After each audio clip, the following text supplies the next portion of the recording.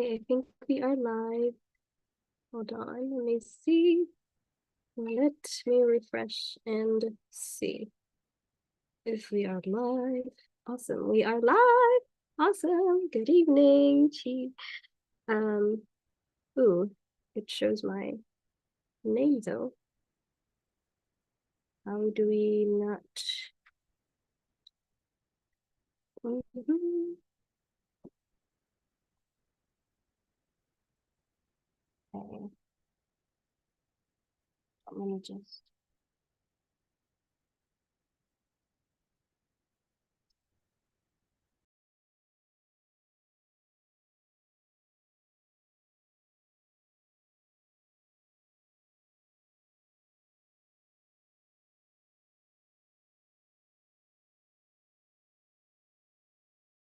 Oh, actually, bear with me. That's two of me. Let's wait for it to see if we are finally seeing my screen. Okay, you are. Awesome. All right, all right, all right, all right. So you're still not, right? Do you guys see my screen? Yes, you do. Okay, awesome. All right. You guys hear me okay? Let me know if you are hearing me well. Yep, all good. All right. Can you guys drop a hi to see if um I'm able to you guys are able to hear me okay, if we're good to begin. Um, if you guys are just, joining to watch me do this, or if you're following along, let me know. Awesome. Okay. So I guess I'll just get right to it. So welcome. My name is Kathleen. For those who are new here, I go by Dear to Our Hearts on Instagram. Um, and I decided, well, there's that. I decided I'm going to be doing a couple of live streams just so I can demonstrate some of these techniques that I often not am not able to show during my workshop series. You're going to be hearing a lot of urban street noises, but that's a usual thing, I guess. Um, yeah, so during the workshop series, Trees in a Neighborhood, I usually do the nature walk and the tree walk, and I've got one coming up this July 6th again in the Mesa Eco Park. That's in Quezon City. So if you're interested to join, I will be posting that in 9:10 p.m. So that's scheduled. So yeah, feel free to check out my Instagram for um details on that. So let's get started. So this tree is a native tree. This is Banaba. And I'm just gonna get right onto it. I'm gonna copy what I see, and you can follow along. If you can't see precisely the details, that's usually the goal of it. I usually tell my students that because if you usually like see it all the details, it's easy to get immersed with all of the details right away. And so the trunk is usually the easiest to sketch. So I'm gonna start with that. And this is according to the size of my reference photo, but if you are looking at it from afar, probably it's going to be way farther, you could imagine. Um, a good reference photo is for a tree, for example, if you're drawing the whole tree, is something that you can place within the size of your sketchbook. So if your sketchbook is smaller, you're probably going to choose a subject that is like as equally small as your line of sight. So yeah, just a quick trick right there. We've got a lot of foliage going on right here for the trees. And so I'm not going to draw individual trees or leaves like that. Instead, I'm gonna just squiggle my way around the tree. Just random squiggles. This is also part of the banana. This is hard to kind of like delineate, especially if you have like lots of trees in the background. It's hard to delineate which leaves are part of tree. It's nice to see Sean here, by the way. Sean has an Instagram and TikTok account. It's called Talikashan.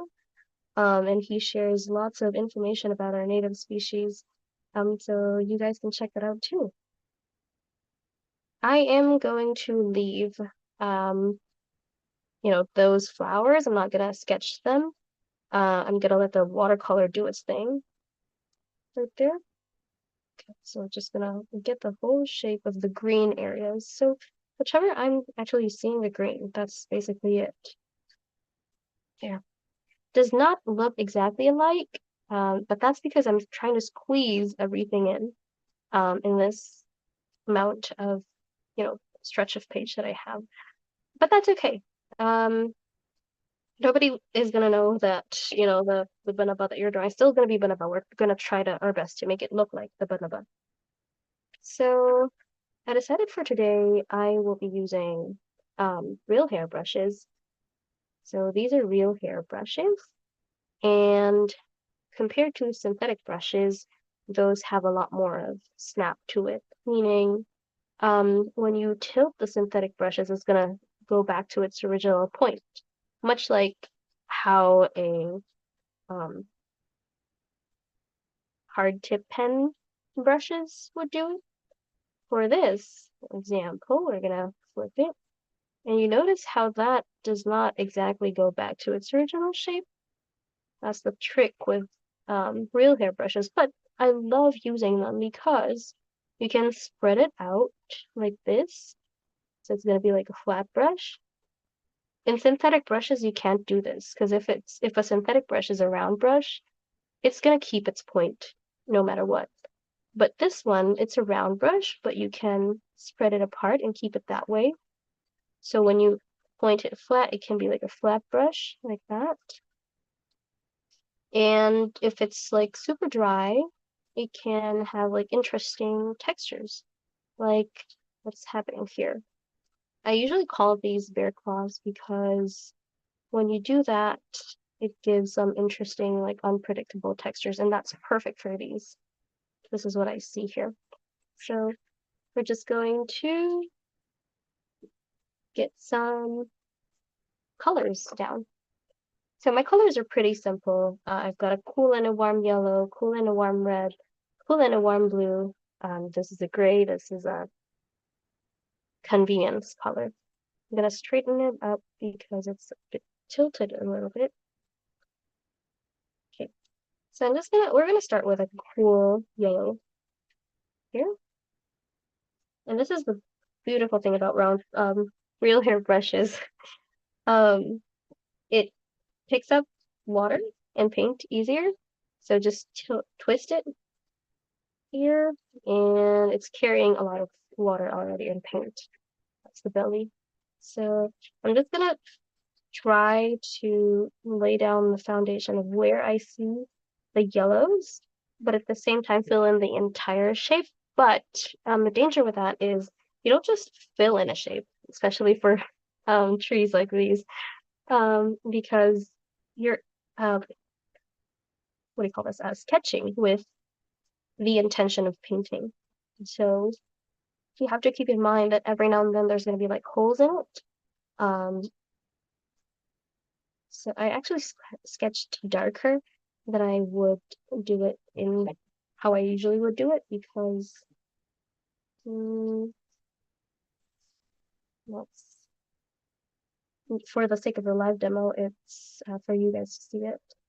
I'm gonna leave spaces for the purple here. I'm just gonna lay down like the yellows on areas where I see the greens. I'm making this more warm because as you can see here, the greens here are being hit by the sun that's, I guess it's an afternoon sun because it's not as bright and it's not as warm. So it's like a cool kind of sun being reflected there. And this one's warm. This is the true shade of it. Okay. Lay down the yellow. So this is my brush is getting dry, and this is why I love real hair brushes or round brushes in general. Whenever you do a stomping motion, it kind of squeezes or makes an unpredictable kind of motion. And so it produces more organic shapes. Okay, see that? I like it when it does that for trees. Okay. any questions, let me know. Or if you've got like questions about materials, about workshops, we've got by the way, I'm with a project. It's called Project Kanikasaan, and it's there you go. It's an initiative and a project funded by Ateneo, in Arate. And so we've got a year to kind of like um, do a couple of things and activities, and we mainly are focusing on nature journaling as a tool to promote awareness about the urban environment and get people more close to their immediate environment. And so, if you want to check out our page as well, that would be awesome. So my process here, I usually go from lightest to the darkest, and then to I do the flowers last, just because normally they're of a different shade. But if they're flowers are like nada, for example, which is like the same shade as the lightest tones, then I would play around with it. So right now I'm just laying down the darkest shadows. Okay.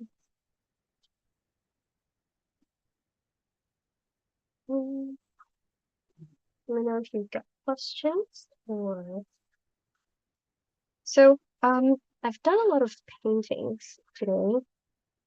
Um and so most of the time your output will show how much energy you've got for the rest of the day.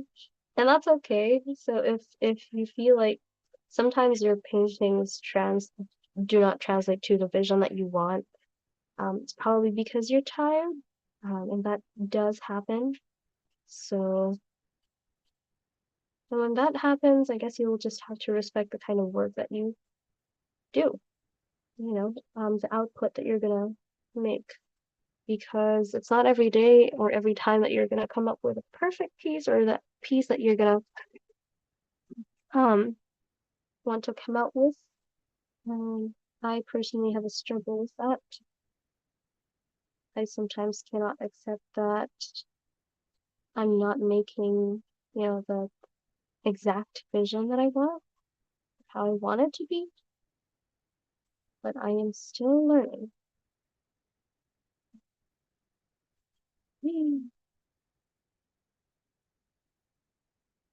So, question from Chichi. Chichi is from Mindanao, by the way. And it's really a beautiful place. You get like a lot of inspiration. Someday I wish to go to Mindanao. But she's got a question right here asking about the brands of paints that I'm using. I'm using Daniel Smith for this. But you can use any paints that you have at the moment. I'm using Daniel Smith just because I'm able to simplify the colors into this simple scheme. In this way, I'm not requiring people to have like, a specific kind of color, but rather if you have like any cool yellow, warm yellow, that should be okay. Something like that. This is gonna take longer than I expected. I'm aiming for 30 minutes, but let's see. Usually what happens with this kind of subjects or reference photos, I get too engrossed with the details. And the danger with me is I always go too dark.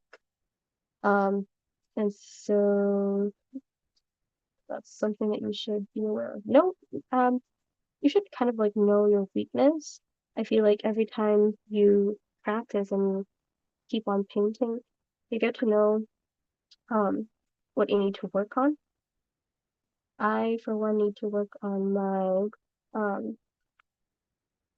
control with water. I usually go dark. I have a tendency to go dark. And so I usually keep in mind whenever I'm making like a piece that that's my tendency. I also have a tendency to get engrossed into the details. And so whenever I do that, I kind of step back and remind myself that I should stop. Um, there's a question in one of the recent workshops that we did in the Mesa at Copa. It was a really nice question. The student asked what happens or how do they achieve, this kind of output in a short amount of time whenever I'm doing plein air sketches. So they were referring to how, how sometimes you do plein air sketches and you still need to get back to it when you go back home. You still need to like edit it. And I think the first thing you need to kind of learn is to, whenever you're practicing, is to know what kind of output you're able to make in a certain amount of time. So what do I mean by that? For example, if I'm gonna do this in like 30 minutes or like an hour, I should know what kind of output I'm gonna make.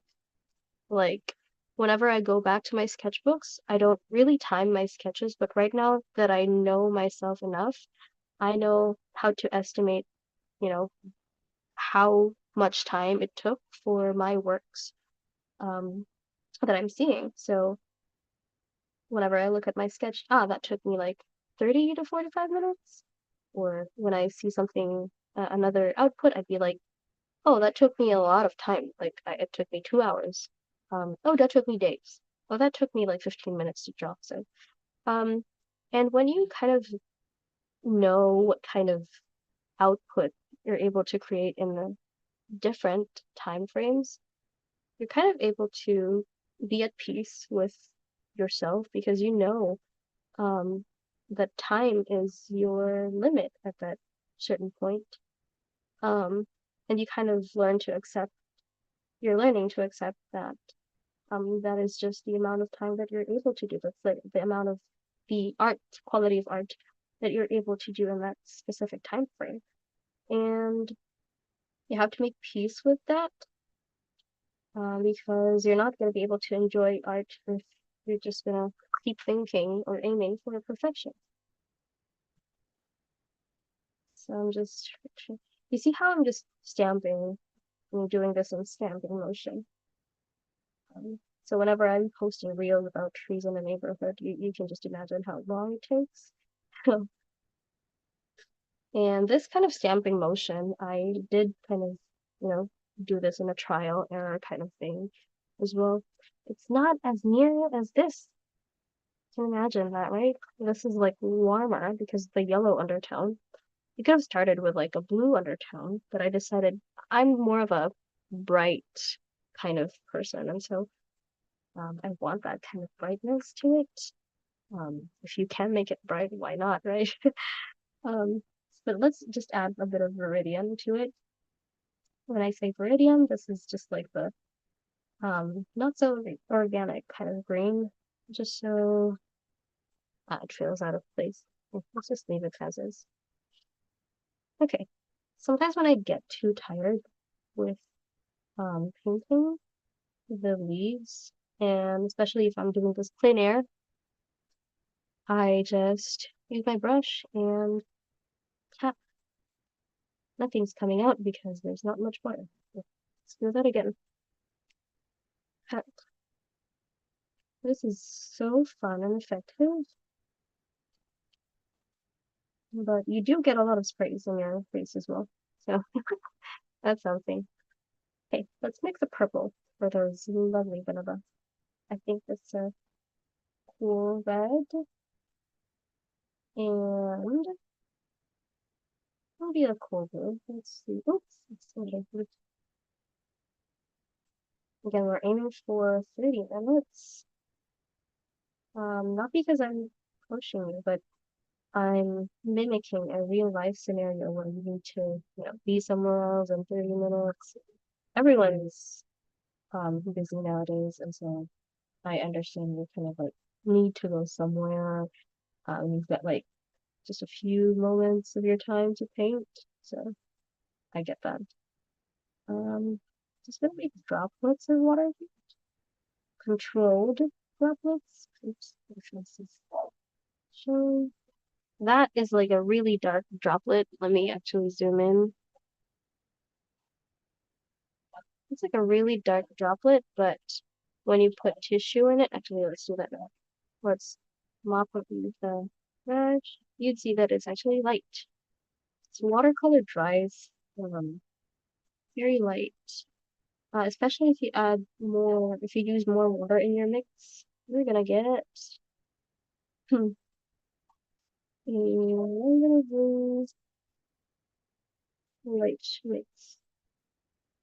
That's a lot of randomness. You see how random all of these flowers feel? That's because I'm using a real hairbrush. And sometimes with a synthetic brush, you get a sharp point, but it's not as organic. And so in that case, a real hairbrush would be helpful. Let's try a warm red. Taking note that as it goes outside, as you go further outside, it gets a little more diffused. Like the flowers are more subtle. Also, you do the stamping motion harder on as you go towards the center. And you can be as detailed as you'd like with these for you know, with all the flowers and the leaves. By all means, if that resonates with you, I also use my hand to stamp it. But I usually just do this whenever I have spare time. I'm just showing you how I do it. This is, by the way, a photo by Mark Anthony Carranza. He's a member of the Philippine Native Tree Enthusiasts. Let's just do a sprinkling motion here because I'm getting tired. Remember my goal is like to do this in 30 minutes, and that's not because I'm rushing, but again, to show you how I would do it if I only have like 30 minutes. And if I can do it, you most definitely can do. So what we're doing right now is not realism. It's a suggestion, meaning you're suggesting based on these strokes that this is a banana tree. I think we are able to make that suggestion, right? I mean, do you agree? I feel like we are making that. You see how I did not leave like enough spaces for the banana here flowers, and so it kind of when I dropped the purple, it just made it dark. So yeah, there's that. Just gonna fix that right up. Just to make the impression that it's more full. I'm using just water here. So my brush is mostly carrying water, but since these splatters are still wet, what my brush is doing is just scattering all of those colors. So take advantage of that. Any questions? Thank you, Chi-Chi. Chi-Chi has been with me through like pandemic times. I think we've known each other even during pandemic. It's how all of this artsy stuff began actually. Um,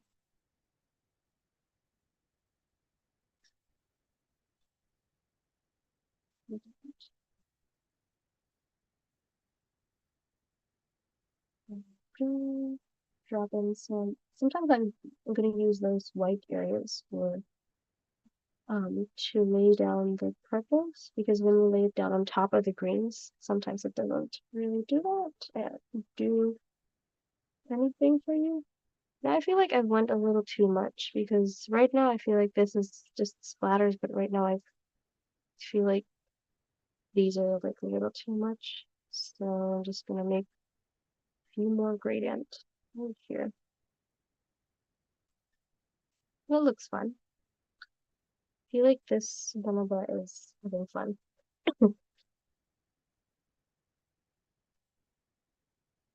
Let's mix some browns. How do you mix browns? Any complementary color.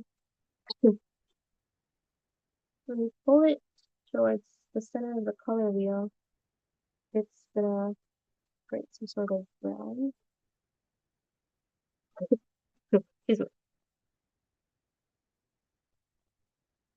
But I'm mixing my browns based on these primary colors. I'm happy with this.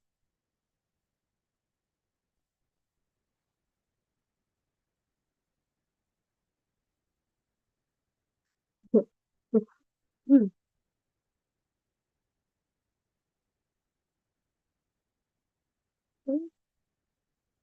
I'm leaving like a white area. Oops.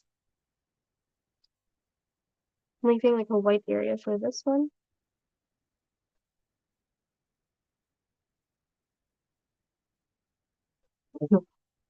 This is not looking the same as this, but you did get the essence of it. And sometimes when I'm painting outside, like a tree, that's all that matters. So we did it in what, less than 30 minutes?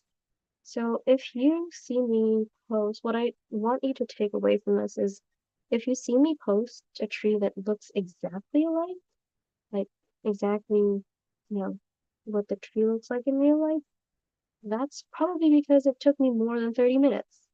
Um, and in 30 minutes, we were able to make a suggestion, with the banana, and so can you. So if you're able to make a 30-minute tree, that's probably something that's, something to be proud of.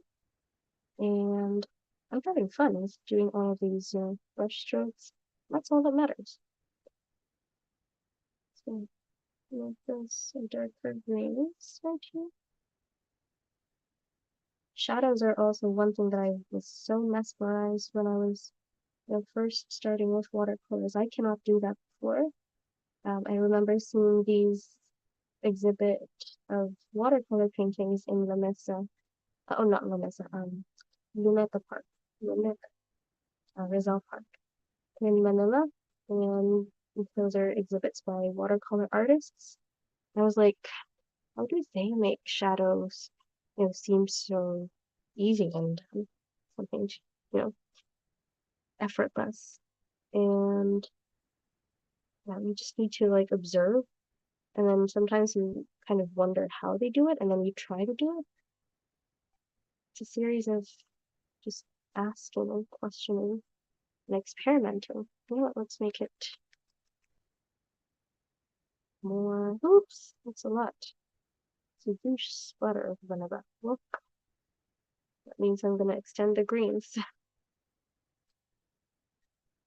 Okay, let us extend the greens. But it doesn't look like the flowers are wisping through the air. Mm -hmm. I think that should be okay. All right, so this was the previous tree, the molave, banaba. You can see um, it's two different trees, but you can obviously see that what I meant when I said that this is the kind of work that I can do within less than an hour. And so when you kind of get to know the quality of work you can do in a specific time frame, you get to feel more at ease, and you get to realize that I can also do that if I put in more amount of time, or I can probably get to what I want to do, but I need to put in more time. I could be more loose and quick if I do this in like 30 minutes. So yeah, try to challenge yourself in, different time frames and get to kind of know the quality of work that you're able to do. And find and you have to be at peace with that. So yeah, these are the trees that we've done. And if you have like any suggestions of what to paint next, um, feel free to send them on Instagram at Dear to Our Hearts, or put them in the comments here. Um, I'm just trying to maximize my Zoom. So I've been trying to do my YouTube, revive the YouTube account as well.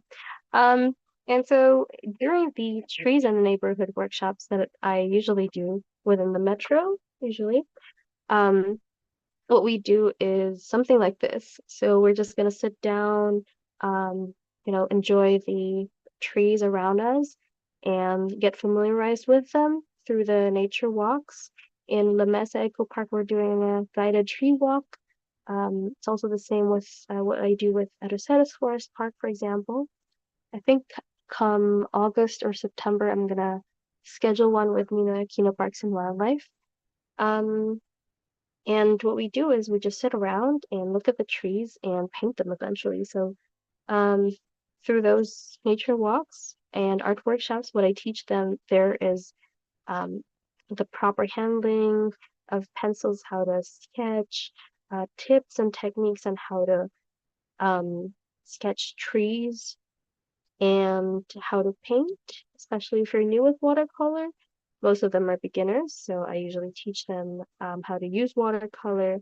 But what you're seeing now is, how I usually operate, like the thought process behind doing these things. Let me just zoom out a little bit. It does not zoom out. There you go. So yeah, let me show you other things that I have done. Actually, no. Okay, so that's pretty much it for this live session. I do hope we did it in, yeah, less than 30 minutes. Awesome. So if you've got like questions, feel free to ask on Instagram. And if you followed along, feel free to share your works and tag me at Dear to Our Hearts. And hopefully I'll see you in another Trees in a Neighborhood workshop in person. But for now, this will do. If you're doing this online with me, thank you so much for joining, and I'll see you next time. Bye bye.